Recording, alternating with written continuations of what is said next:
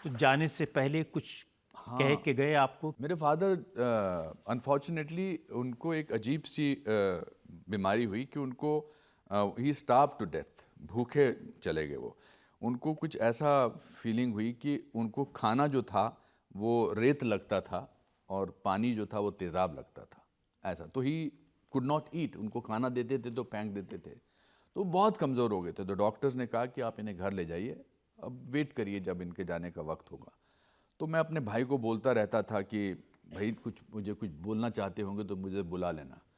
तो मैं डेविड धवन साहब के बेटे की शादी, रोहित की शादी पर गोवा पहुंचा, तो मेरे भाई का फ़ोन आया कि कुछ कहना चाहते हैं। तो मैं सीधा फ़्लाइट लेकर वापस आया, तो वो लेटे हुए थे, बहुत कमज़ोर थे, फ्रेल थे, और ऐसे छाती पर उनके एक पेपर था और पेपर पर एक पेन भी था साथ में। तो उन्होंने, बोल नहीं सकते थे, हिम्मत नहीं थी, और उन्होंने ऐसे पेपर पे कुछ लिखना शुरू किया और मुझे ऐसे बड़े एक ख़ास अंदाज में देख रहे थे और बहुत देर तक लिखते रहे, 10-15 मिनट तक लगा लिखते रहे।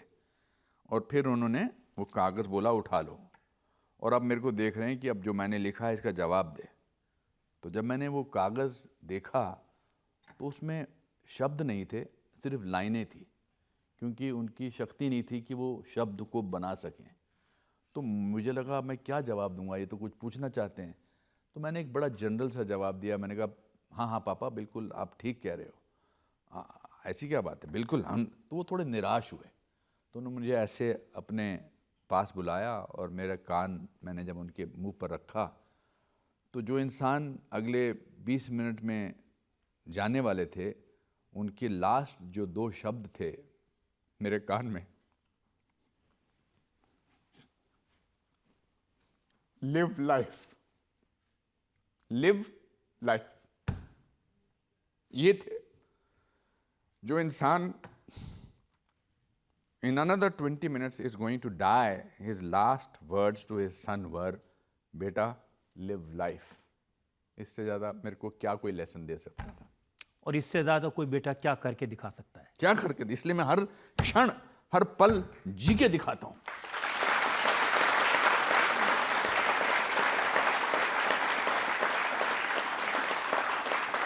आपकी ये भावनाएं समझी जा सकती हैं।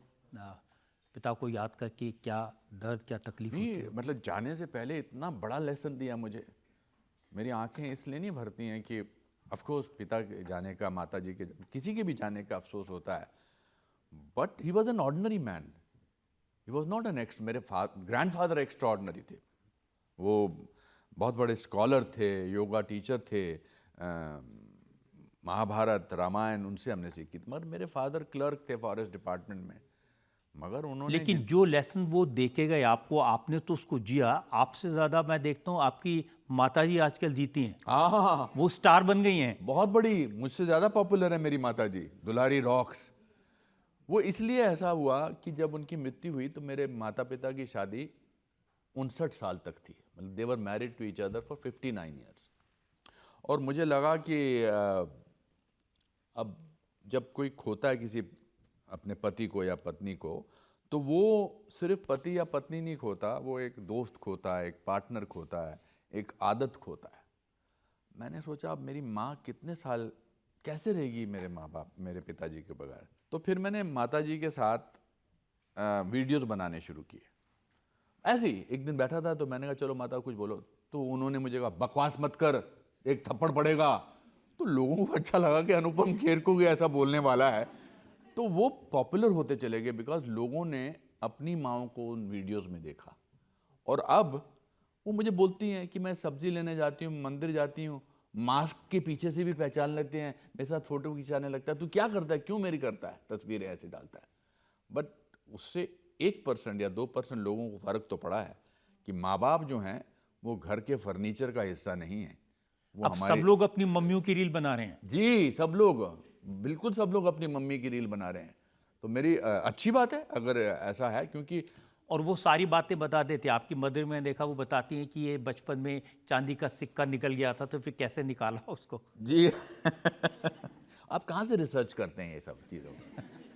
हाँ, अब ये नहीं बताएंगे आप? ये कैसे बताएंगे? नहीं, मैं हमारे एक बारी स्कूल में कोई आए थे महानुभाव, तो उन्होंने, टीचर ने कहा था कि भाई कल सब अपने घर से आटा, चावल, दाल, पैसे कुछ लेकर आना। तो मेरे पिताजी ने मुझे 5 पैसे दिए थे।